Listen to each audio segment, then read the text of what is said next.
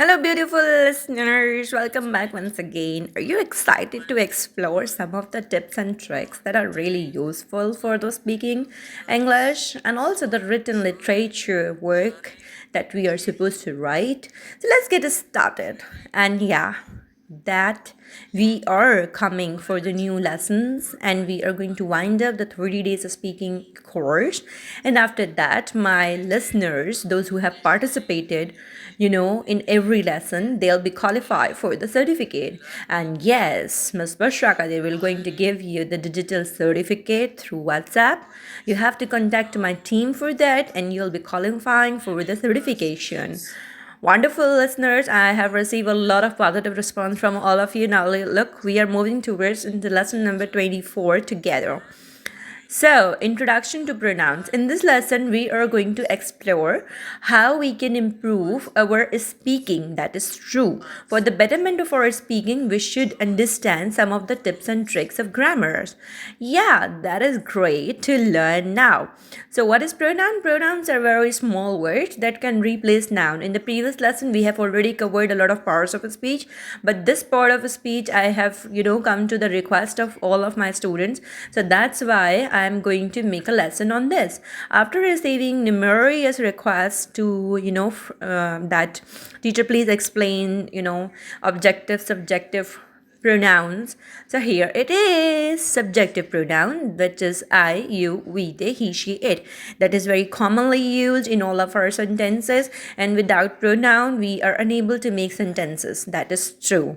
I'm going to the store, she's my best friend, they are coming. So this I, you, we, they, he, she, it, they are called subjective pronouns that replace basically noun. Yeah, you have heard it right. Noun, the name of everything, any object, any living, non-living, movable, non-movable. Yeah. So if you want to replace noun, you are going to use the most powerful part of a speech, that is pronoun. You have heard it right.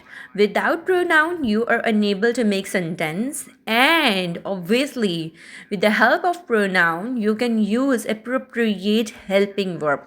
For example, she is, she was, he is, he was. But with the I, we don't use, were. For example, I am, I was. So here are some of the rules which are very important when you are choosing pronoun. That is true. Now let's back to the topic of objective pronoun. Objective pronoun. Yeah.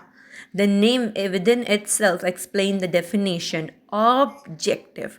Objective pronoun does not come in the starting as, or there are some condition if you are using in the starting. Use as the object of a verb or preposition. My mom. My mom gave me a gift. It can come in between. It can come in the end of any sentence. Now, students, a lot of students are confused what pronoun actually is.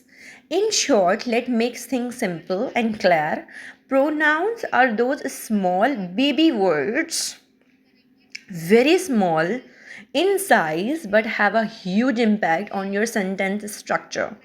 For example, if you want to talk about yourself and you are using continuously they or we, which is wrong, absolutely wrong, right? So now we are moving towards possessive pronouns. Mine, yours, his, hers, its, ours, theirs. I have told you the correct, pronunciation of these possessive pronouns also. So students try to pronounce them in a correct way. It is not ours, it is ours. All right. So students, there are some reflexive pronouns like myself, yourself, himself, herself, itself, ourselves, themselves. So, students, used when the subject and object are the same. Examples: I made this cake by myself. She cut herself while cooking. They enjoyed themselves at the party. So, student, when you are going to reflex the possession of you are going to use myself. The opposite one, yourself, and other so many so on. Thanks for watching my video. Please like, share, and subscribe, and don't forget to hit on the bell icon. Stay tuned for more lessons and upcoming videos. Bye bye.